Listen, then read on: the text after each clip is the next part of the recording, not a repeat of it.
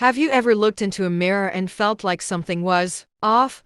What if your reflection had a mind of its own? Tonight, we uncover the terrifying truth behind the mirror tops effect of phenomenon, where reflections move when they shouldn't, and sometimes they don't stop. Dr. Elaine Carter had spent years studying optical illusions, but nothing prepared her for the mirror tops effect. It was an obscure phenomenon, mentioned only in old physics journals, describing how mirrors at certain angles could create impossible reflections, objects moving on their own, appearing in places they shouldn't be. She first encountered it when an antique shop owner called her in to examine a peculiar vanity mirror. "It's wrong," the owner muttered. "People see things in it, things that aren't there." Intrigued, Elaine set up cameras and positioned a spinning top in front of the mirror. As expected, the top's reflection moved in sync. But then something impossible happened. The top in the mirror kept spinning long after the real one had stopped. Elaine leaned closer. The reflection began to slow, but in the wrong direction. It spun backward. Her breath hitched as she reached out to touch the mirror. The glass was unnaturally cold. Then the reflection changed. The top was gone. Instead,